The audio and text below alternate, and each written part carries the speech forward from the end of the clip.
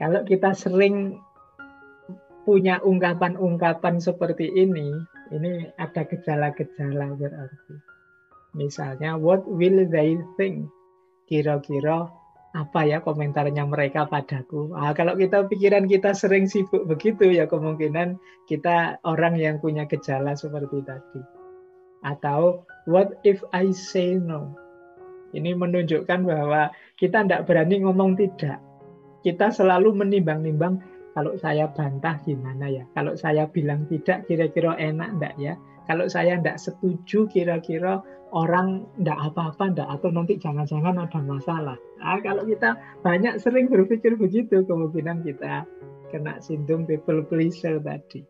Atau kita, will we still be friends? Kita masih temenan enggak ya? Kalau saya nekat bantah dia, bilang tidak, atau aku menghidupkan gayaku sendiri, kira-kira masih bisa temenan enggak ya aku sama dia? Nah, ini kalau ada pertanyaan-pertanyaan seperti ini, kemungkinan kita sudah masuk ke ranah people pleaser tadi. Atau kalau pas teman marah, itu kita bertanya pada diri kita sendiri. Jangan-jangan marahnya karena aku. Jangan-jangan aku melakukan ini kemudian mereka marah. Kalau saya melakukan ini, mereka setuju enggak ya? Pertimbangannya selalu mereka terus. Tidak pernah mempertimbangkan diri kita sendiri. Atau mungkin kita menyesal. I wish I could say no. Kalau bisa sih saya mau bilang tidak. Tapi yo gimana, wong teman, wong sak kelas, wong tiap hari bareng, nanti dia ndak enak sama saya. Itu I wish I could say no. Kalau teman-teman kalimat-kalimat seperti ini, pernyataan-pernyataan seperti ini sering kita ungkapkan, paling tidak untuk diri kita sendiri, ini kita perlu introspeksi. Jangan-jangan kita sudah mulai kena sindrom people pleaser ini. Ini tanda-tanda seperti kata Heidegger tadi, kita menuju diri yang tenggelam. Jadi kita tidak dihitung. Wujuduhu ka'adamihi tadi. Jadi dalam pergaulan, orang tidak ngitung kita, tenang saja. Kalau dia mesti mau kok. Kalau dia mesti setuju kok. Itu dia anak baik kok. Dia tidak mungkin bantah, tenang saja. Ini tanda-tanda mungkin kita, kehadiran kita tidak dihitung. Nah, jadi ini ciri-ciri, tanda-tanda bahwa kita sedang punya gejala people pleaser. Ada beberapa ilustrasi untuk menunjukkan fenomena terjadinya people pleaser ini. Saya ambil ada dari budaya Jawa atau dari kalimat-kalimat yang sering beredar di sekeliling kita. Misalnya kita mungkin sering mendengar istilah asal bapak senang. Nah, ini biasanya bawahan yang pokoknya cerita yang baik-baik saja. Gimana caranya atasannya senang terus. Nah, orang yang bermental asal bapak senang itu sebenarnya salah satu ciri yang people pleaser. Dia pasti tidak berani menyampaikan pada bapaknya, dalam tanda petik ya, bapak itu bisa pimpinannya, bisa bapaknya beneran, bisa orang yang statusnya lebih tinggi, mungkin gurunya, mungkin dosennya, dan lain sebagainya. Itu di hadapan mereka-mereka ini, kalau kita pokoknya diceritain yang enak-enak saja, yang senang-senang saja. Jadi untuk mereka gimana caranya biar mereka senang terus. Kalau sama dosen ya biar nilai kita nanti baik. Kalau kita tidak setuju sama dosen, sudah diam saja. Pokoknya kita setujui saja. Lumayan nanti kalau kita dapat nilai A. Itu asal bapak senang. Kita tidak menampilkan apa diri kita apa adanya. Jadi banyak dalam budaya-budaya kita bersikap asal bapak senang. Atau kalau dalam bahasa Inggris ada istilah yes man. Yes man itu orang yang selalu yes. Tidak pernah no. Jadi ya ada apa saja yes. Pokoknya saya yes. Selalu saya yes. Tidak pernah kalau saya no. Saya tidak setuju yang seperti itu. Saya punya pandangan sendiri. Ini masalah. Jadi kalau kita selalu jadi orang yang yes, ya berarti sebenarnya kita tidak pernah mikir. Jadi orang itu kan kalau diajak ngomong gimana menurutmu? Enak enggak? Ya, enak, setuju, ya. Pokoknya jawabnya ya terus. Itu kemungkinan kita memang males mikir. Inginnya ikut saja. Ya kalau kita gayanya seperti ini, ya jangan mengeluh kalau kita tidak dihitung. Kita akan dianggap ya hanya people pleaser tadi. Untuk Boso Jawa ini jangkep-jangkepan lah, yang penting ada gitu saja. Nah ini gaya yes man. Nah, menarik dalam budaya Jawa ada istilah budaya ewuh pekewuh.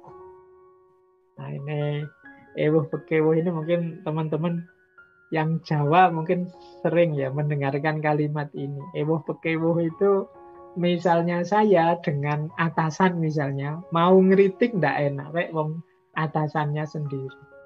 Itu budaya, kadang disebut budaya sungkan.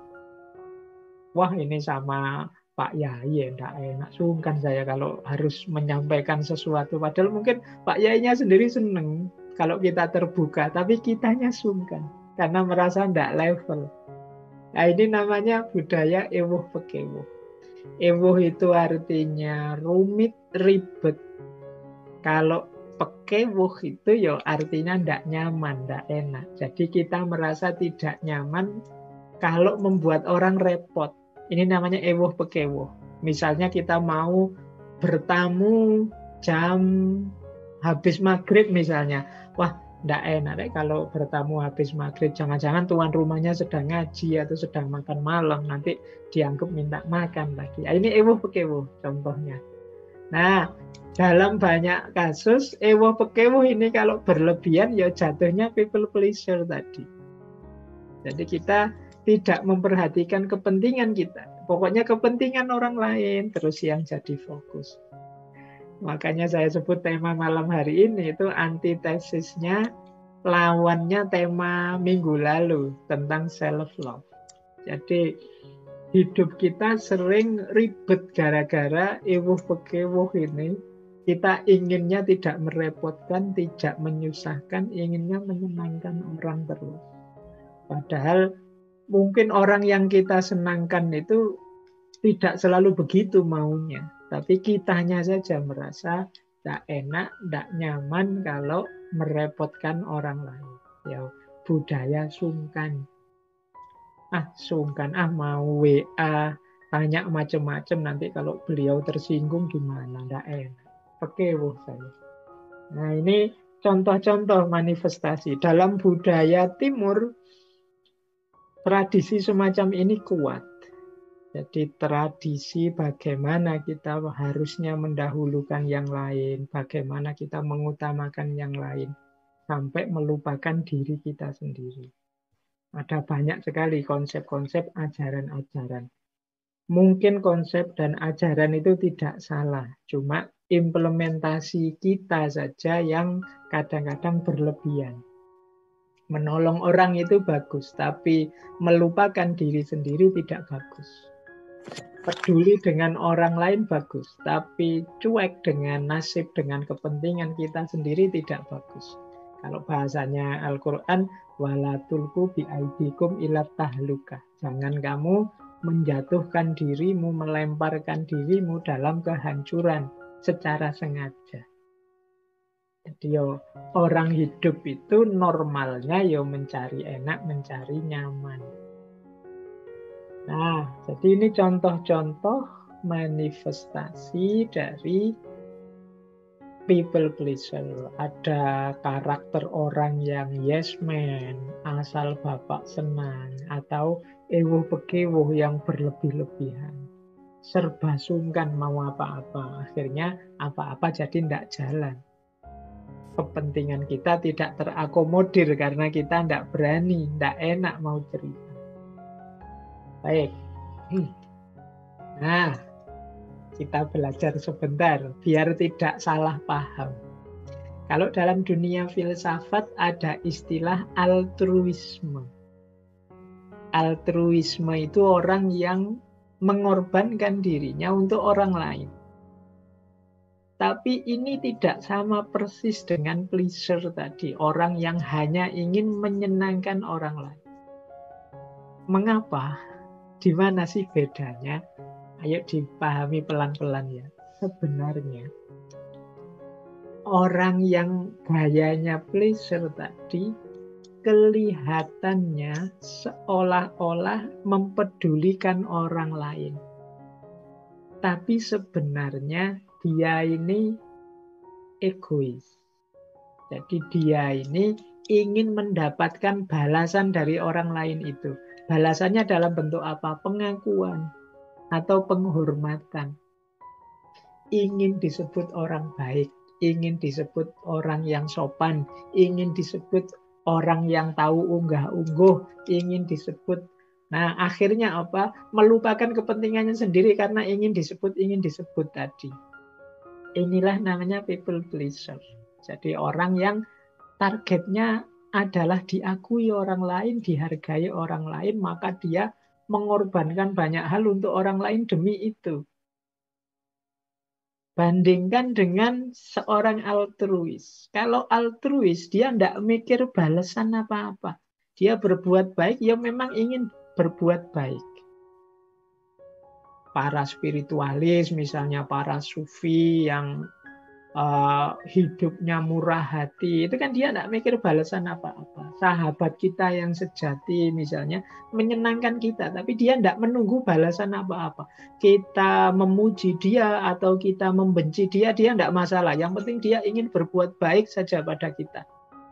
Beda dengan people pleaser tadi, dia menunggu dipuji, dia ingin orang itu selalu menganggap dia positif. Kalau sahabat sejati tadi, tidak apa-apa kamu nganggap aku negatif, asal kamu selamat, asal kamu sukses. Nah, itu true friendship. Persis sama seperti orang tua kita. Mungkin juga keluarga kita. Mereka memberi banyak, mengorbankan banyak untuk kita, tapi tidak menunggu kita akui atau kita hargai gara-gara itu. Sama juga dengan para pahlawan. Para pahlawan itu kan berkorban. Kita wah ini jangan-jangan pahlawan itu people pleaser, Pak. Enggak. Dia enggak nunggu kita akui sebagai pahlawan, ditetapkan oleh negara jadi pahlawan atau tidak. Mereka enggak pernah mikir sama sekali tentang itu. Yang mereka perjuangkan dulu ya murni ingin memberikan yang terbaik untuk tanah tumpah darahnya. Nah, ini orang menyebutnya altruis. Jadi teman-teman awas jangan keliru. Jangan disamakan begitu saja. Oh, berarti kalau saya berkorban untuk orang lain, melakukan kebaikan untuk orang lain itu berarti jelek. Enggak. Enggak jelek. Kecuali kalian gaya pleaser tadi. Gaya yang ingin dapat imbalan, kehormatan maupun pengakuan. Makanya kalau mau dijelaskan singkat, pleaser itu inner directed. Jadi seolah-olah keluar, tapi sebenarnya dia orientasinya ke dalam. Ingin dianggap baik, ingin menjaga citra. Mungkin kita menyebutnya jaim misalnya. Jaga image saja. Sudah terlanjur dianggap orang baik ya, biar kelihatan baiknya terus-menerus. Kadang kita menyebut juga dengan istilah pencitraan. Biar citranya tetap harum, tetap baik di tengah masyarakat misalnya. Sehingga dia melakukan itu terus, meskipun sebenarnya dia tidak suka itu. Nah, ini gaya pleaser. Tapi kalau seorang altruis, orang yang mengorbankan hidupnya untuk orang lain, itu ya outer directed. Jadi dia tidak peduli dirinya, yang jadi fokus adalah kebaikan orang lain. Kalau yang pleaser tadi, ya hanya untuk dirinya sebenarnya, biar aku tetap positif. Tapi yang altruis ini targetnya adalah orang lain jadi baik, orang lain jadi bagus, orang lain jadi benar, dan lain sebagainya. Inilah bedanya pleaser dan altruis. Jadi mungkin teman-teman sejak tadi banyak pertanyaan, loh Pak, kan kita harus berbagi, kita harus peduli sesama, iya. Tapi semoga posisimu bukan posisi seorang people pleaser. Hanya untuk menyenang-nyenangkan orang saja demi nama baikmu. Tapi memang kalian ingin berbuat baik dan berbagi yang sejati. Ya, gambaran mudahnya jadilah seperti sahabat yang sejati, seperti orang tua pada anak-anaknya, atau pahlawan pada bangsa dan negaranya. Makanya dalam pembedaannya mungkin bisa kita hati-hati agar lebih tepat memahaminya. Bedakanlah people pleasure itu dengan kepahlawanan. Kepahlawanan atau kalau dalam teorinya namanya heroisme.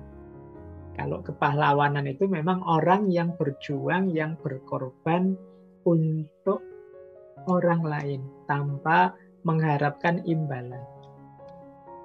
Jadi makanya guru itu pahlawan tanpa tanda jasa. Jangan menganggap apa guru itu paling cuma ingin menyenang-nyenangkan kita saja. Ya enggak, ngapain menyenang-nyenangkan kalian? Dong. Mereka juga punya banyak tujuan hidup yang lain kalau mau, tapi mereka korbankan itu untuk kalian, demi kebaikan kalian. Tidak seimbang antara yang mereka